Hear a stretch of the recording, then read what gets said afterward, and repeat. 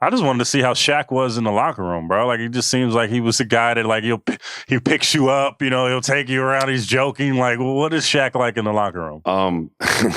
Shaq. Go ahead. Yes, I want to hear the stories. Shaq is a funny dude, man. He's a really good teammate. Really good teammate. Likes to tease, right? Likes to bear hug people, to your point. And I remember Gordon, GIRICEK and him were playing before a game in the locker room, and you know, Goran and got a little physical, and Shaq finally had to show him what was up, put him in a chokehold, put him to sleep, like right at my feet in the locker. Like, yeah. The man was asleep, knocked out, game day. This is, I don't know, 20 minutes on the clock. Oh my God. Yeah, it choked him out right there on my feet. Shaq is, first of all, the weirdest person I've ever met in my life. Like, if y'all think what you see on TV is like, that's not Shaq. Like, the real Shaq is just 100 times weirdo. I remember before his first game, I'm walking past the lockers, and he like calls me over. I come over, and he goes, and I said, oh, wait, you want some gum? And he doesn't want to talk, right? So I go get some gum, and I said, what kind do you want? He said, cinnamon. So I go and I get him like or he said, Big Red. I go back the Orbit cinnamon one. And he looks at me, he's like, what the fuck is this bullshit? I said, we didn't have Big Red. This is what we got. He's like, I don't want that shit. The next game, you better have my Big Red or whatever. He goes out, he plays that game, he plays great. The next game, I went out and bought Big Red for him. He's like, no, give me that other shit. He wants the Orbits now because he thinks it gave him powers or whatever. He one time he comes in, he's got like this big, like this old like GSM looking phone, right? Mm-hmm. The ones that they use out in Afghanistan, right? So he says, I need you to find the manual for this. I'm gonna go to practice. I'll be back after practice, get the manual. I said, where'd you get this from? He said, I bought it from Walmart. I said, they don't sell this at Walmart. He's like, no, turns out this is like the inventory scanner that they use at Walmart. But Shaq somehow knew that it also doubles as a GSM phone. So I printed out the entire manual, it was like 500 pages. After practice, he comes and sits down on the floor of the video room. I swear to God, he went through every single page. No, don't need this, don't need this. Comes out with the 20 pages he needed and walks away with that. Yeah, every gadget.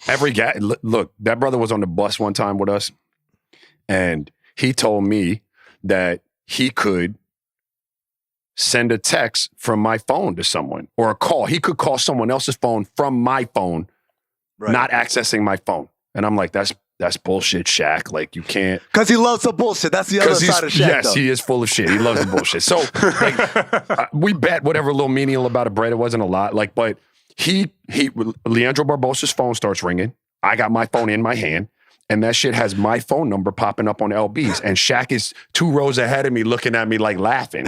Like, he was just really into the tech world and music and all. He's an eclectic dude, man. He got a lot of interest, man. He is an interesting bird. But let me just say right now, his bullshit game is like, every story he tells has the same structure. It's going to start as a real story. And then somewhere along the lines, he's just going to start being full of shit about it.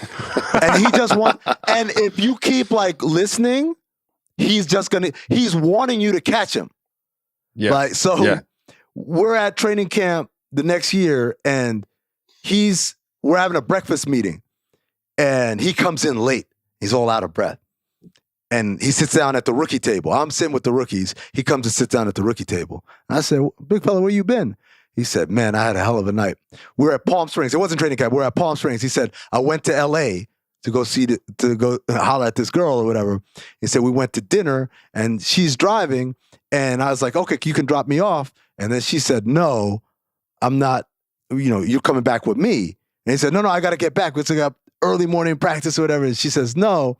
So he says, I took the silverware from out of my to-go bag of the food, and I threatened her with the knife. Yo, if you don't let me go, I'm going to cut you. So then she let me go, and then I had to get like I called somebody to pick me up, whatever. And the rookies are like, yo, that's what the NBA is like. You got these women like who kidnap you, whatever. And I said, they're like, Big fella, I've been to a lot of restaurants, man. A lot of fancy restaurants. I've never been to the one where you get a to-go order and they give you metal silverware. Metal silverware. They give you plastic fork and he just, this smile comes on his face. I'm like, you can't believe this, man. I like, look at him, He's like, do not believe anything this man says because it's all bullshit, man. He's just late. He said instead of like just saying, hey, my bad, I'm late. He just thought it'd be funny to have a you remember tale. when he came in and said he saw Sasquatch in the desert? Like, real talk. He was like, I saw Bigfoot. There was a Bigfoot, a Sasquatch. My man had someone film him.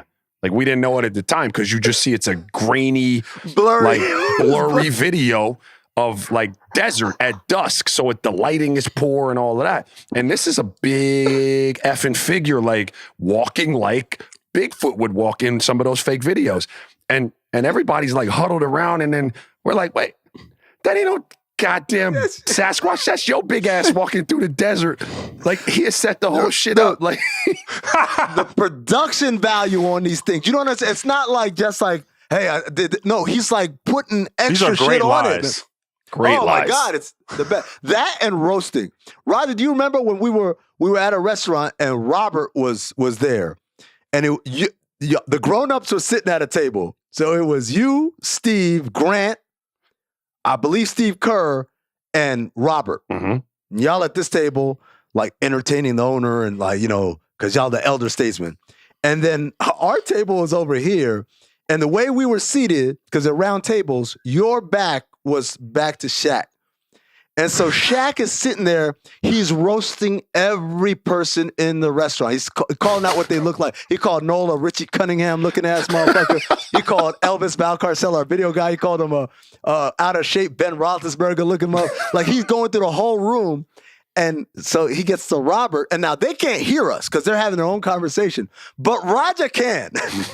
So he calls Robert a Dady Bonaducci looking ass motherfucker. And Roger starts laughing, but Robert thinks Roger's laughing at whatever story he's saying. So Robert starts laughing. Fantastic. Robert starts laughing. And Shaq says, Robert sounds like someone's tickling his balls with a feather.